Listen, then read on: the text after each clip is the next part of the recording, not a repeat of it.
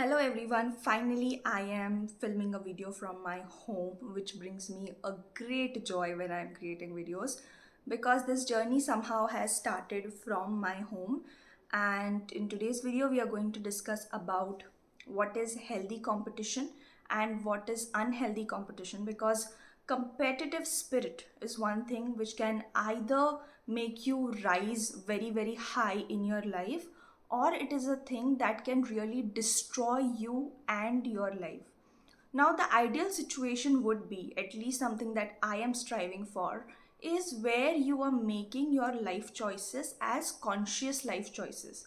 I mean, you are not looking at anybody else and making the choices, but you are making the choices based on your authenticity, and you're devoted to make the best out of the resources that you already have.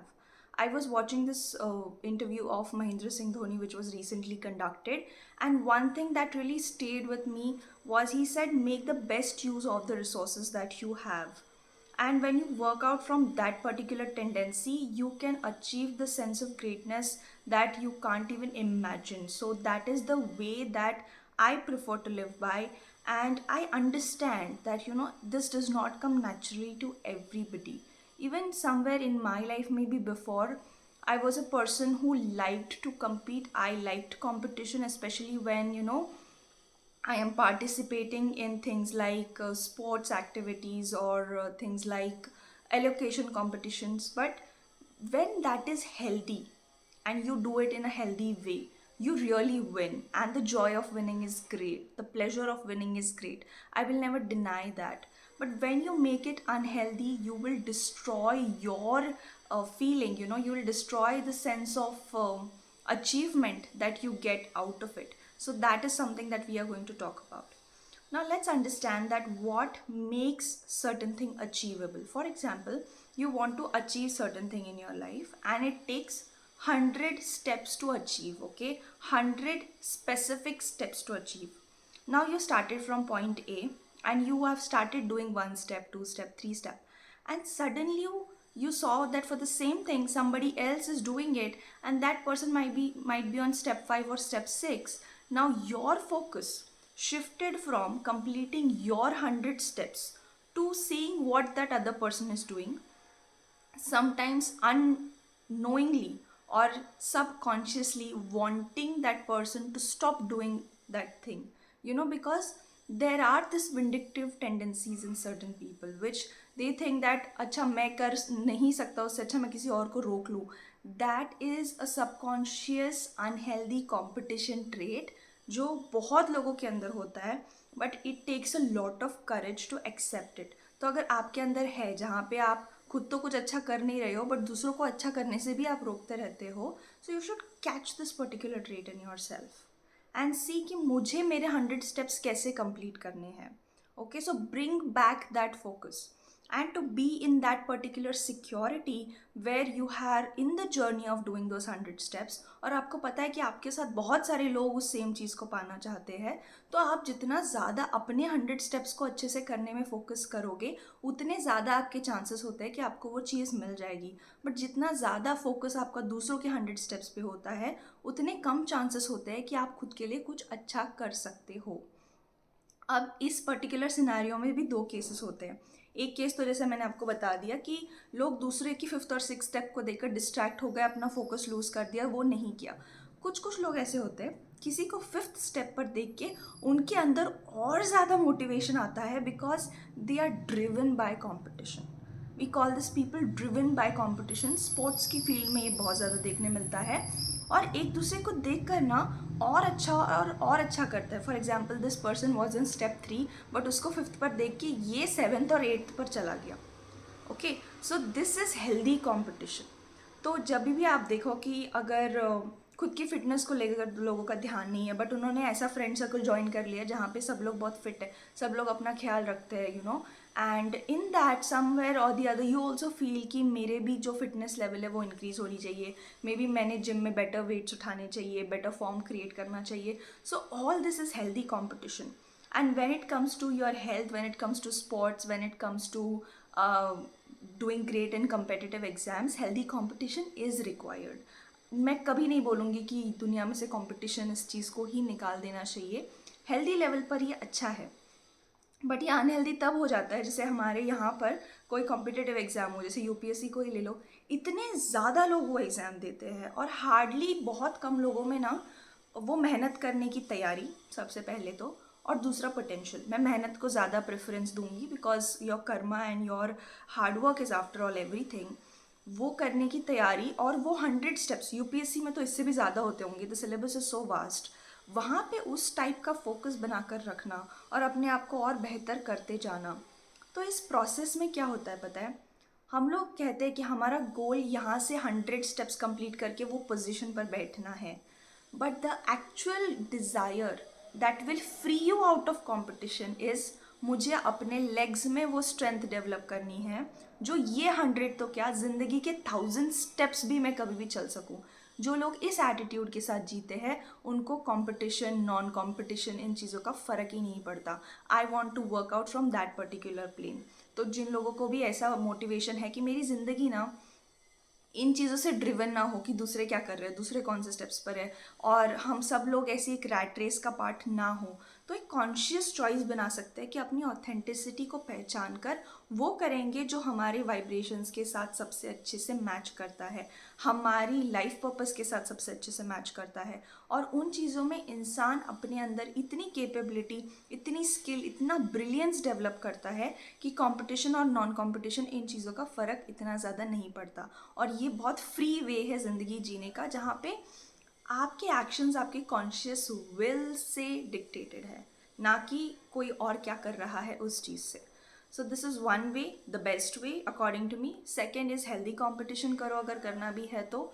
And healthy competition आपको कहीं ना कहीं, अगर specially आप business करते हो and you see better products coming out in the industry, या फिर ऐसे कुछ कि जो आपको ओवरटेक कर सकते हैं, वहाँ पे मैं कहूँ कि नहीं नहीं तुम हेल्दी कंपटीशन भूल जाओ। वहाँ पे हेल्दी कंपटीशन का मतलब ये हुआ कि आप अपने प्रोडक्ट को रिफाइन करने में लग गए, आपने मार्केट को और अच्छे से समझना शुरू कर दिया, आपने अपने कस्टमर्स, अपने क्लाइंट्स को और अच्छे से समझना शुरू कर दिया। That is healthy competition. और अगर आपके अंदर आप बहुत पैशनेट हो किसी चीज़ को लेकर, तो ये सारी फीलिंग्स और ये सारी सेंस आएंगी जो आपको एक बेटर पर्सन बनने में मदद करेंगी। Better person not only in terms of your personality but also what you have to offer in the world. अब अनहेल्दी कंपटीशन कैसा दिखता है और कब आपको पता चलेगा कि ये कंपटीशन अनहेल्दी है? सबसे पहले दूसरों को आगे बढ़ता हुआ देखकर या कहीं पर कुछ अच्छा करता हुआ देखकर आपको बहुत ज़्यादा पैनिक, एंजाइटी और एक सॉर्ट ऑफ जेलेसी होगी। आई एम नेवर सेइंग कि कोई इमोशन राइट है और कोई इमोशन रॉन्ग है। As a life coach I never say that this emotion is right and that emotion is wrong, but emotions are signals. तो अगर आप एंशियस हो रहे हो, आप पैनिक कर रहे हो, तो सबसे पहले खुद को पूछो कि जिस चीज़ को मैं अचीव करने के लिए निकली हूँ या निकला हूँ, क्या वो मुझे सच्ची में चाहिए या बस इसीलिए चाहिए क्योंकि वो किसी और के पास भी है। सबसे पहले खुद के साथ बहुत ऑनेस्ट होना पड़ता है। फॉर एग्जाम्पल, मैंने लास्ट टाइम भी ये दिया था कि आपके नेबर ने कार ले ली इसलिए आपको कार चाहिए, आपके किसी फ्रेंड ने कोई एग्ज़ाम क्रैक कर ली और कुछ अचीव कर लिया इसलिए आपको अभी वो चीज़ चाहिए, just to satisfy your ego. और ईगो कभी सेटिस्फाई नहीं होता। दिस इज़ लाइक पत्थर की लकीर, आप समझ लीजिए स्टेटमेंट को। आप अपने ईगो से निकले हुए डिज़ायर्स को, एक डिज़ायर को सेटिस्फाई कर लोगे, एक और आएगा, एक और आएगा, एक और आएगा, तो वो कभी भी आपको ट्रूली फ्री नहीं होने देता। और इस चैनल पे हम प्रैक्टिकल स्पिरिचुअलिटी की बात करते हैं, उस डायरेक्शन में जाने की बात करते हैं जहाँ पर आपके एक्शन से आप बहुत लिबरेटेड फील करते हो, आप फ्री फील करते हो। आप ये फ्री, फ्रीडम, लिबरेशन, ये वर्ड मुझसे बहुत सुनोगे क्योंकि ये सॉर्ट ऑफ मेरे लाइफ का भी थीम है। मुझे बहुत ज़्यादा पसंद नहीं है कि मेरी लाइफ किसी और से डिक्टेटेड हो या मैं लोगों को देख कर अपने एक्शंस करूँ। मुझे वो बहुत कॉन्शियस और ऑथेंटिक एक्शंस होने चाहिए, ऐसा लगता है। तो इसीलिए ये बेसिस है। ऐसे ही अगर आप अपना बेसिस डिसाइड कर लो, सबसे पहले खुद को ये क्वेश्चन पूछ के कि जो चीज़ की तरफ मैं भाग रही हूँ या भाग रहा हूँ, क्या वो मुझे सच्ची चाहिए। और अगर आपके अंदर से आंसर आता है कि शायद मेरे मम्मी पापा को चाहिए, शायद मेरे रिलेटिव्स को चाहिए, मेरी वाइफ को चाहिए, किसी और को चाहिए, तो पहले ये समझ लो कि अगर आपने वो उनको दे भी दी, आपके अंदर का रिजेंटमेंट कभी ख़त्म नहीं होगा कि जो चीज़ें मुझे एक्चुअली में करनी थी वो मैंने कभी की ही नहीं। तो सबसे पहले you have to be very very honest to yourself and decide the things that you are really striving to work for, something that really matters to you. फिर जब आप उस प्रोजेक्ट को पिकअप करते हो और आपके पैशन और आपका सब कुछ है वो दे देते हो, 100 तो क्या 1000 स्टेप्स फॉलो करने के लिए तैयार होते हो, that is the point when you should pick up a certain thing for yourself. तो फिर आप उस चीज़ को पिक करो, अपना 100% देने की कोशिश करो और उस चीज़ से खुद को कैसे इम्प्रूव किया जाए इस पे फोकस करो। खुद की ब्रिलियंस को पहचानो और उस चीज़ को इम्प्रूव करने में फोकस करो। जस्ट फॉर एग्जांपल कि मैं कंटेंट क्रिएट करती हूँ और कंटेंट क्रिएशन का कोई जैसे एक सेट प्लान नहीं होता कि आप ये कर लो तो आप बहुत अच्छा कंटेंट क्रिएटर बन जाओगे या सब कुछ बन जाओगे। कंटेंट क्रिएटर बनना भी मेरे व्हाट डू यू से मेरे गोल्स या बकेट लिस्ट में नहीं है। मेरे गोल्स की लिस्ट में कुछ और चीज़ें हैं, लोगों की सर्विस, लोगों की मदद करना है एक वे में। कंटेंट क्रिएशन मुझे सप्लीमेंट करता है, कंटेंट क्रिएशन उसका एक बहुत इंपॉर्टेंट हिस्सा है, बट कंटेंट क्रिएटर बनना मेरा गोल नहीं है। तो अगर मैं दूसरे कंटेंट क्रिएटर्स को देखकर सोचने लग जाऊं कि मुझे भी इनके जैसे काम करना चाहिए और मैंने भी वो चीज़ें, वो नंबर्स अचीव करने चाहिए इन terms of followers and subscribers जो इनको चाहिए, मैं मेरा काम कभी ढंग से कर ही नहीं पाऊंगी। मैं जो लाइफ कोचिंग के थ्रू लोगों की मदद करना चाहती हूँ, एक गाइड बन के जो लोगों की मदद करना चाहती हूँ, वो मैं कर नहीं पाऊंगी अगर मेरा फोकस शिफ्ट हो जाता है किसी और कंटेंट क्रिएटर को देखकर। तो अपने फंडामेंटल्स और अपने बेसिक्स बहुत अच्छे से पता होना बहुत ज़्यादा ज़रूरी है। बहुत लोग अपनी लाइफ बहुत अनकॉन्शियसली जीते हैं, जिस फ्रेंड सर्कल में चले गए उन्हीं की तरह बनने की कोशिश करते हैं, उन्हीं में बेस्ट बनने की कोशिश करते हैं और बहुत मतलब उनके लाइफ का ड्राइविंग सीट हमेशा किसी और के हाथ में है। आइदर उनके फ्रेंड्स के हाथ में, पार्टनर्स के हाथ में, पेरेंट्स के हाथ में, हमेशा किसी और के हाथ में। और वो लोग उस चीज़ को वैसे रखना पसंद करते हैं क्योंकि अकाउंटेबिलिटी और रिस्पॉन्सिबिलिटी नहीं लेना चाहते। और ऐसे फ्रेंड सर्कल में ऐसे भी लोग होते हैं कि वो अगर आप कुछ अच्छा अचीव भी कर रहे हो या कुछ और कर भी रहे हो उनसे बेटर, और उनके अंदर ये विंडिक्टिव और कॉम्पिटिटिव टेंडेंसी है, वो आपको पीछे भी खींचते हैं। तो इसीलिए अपना फ्रेंड सर्कल और आप किनके साथ इंटरेक्ट करते हो ये बहुत अच्छे से चूज़ करना चाहिए। और मैं हमेशा कहती हूँ अपने से ज़्यादा इंस्पायरिंग लोगों के साथ रहिए, अपने से बेटर लोगों के साथ रहिए।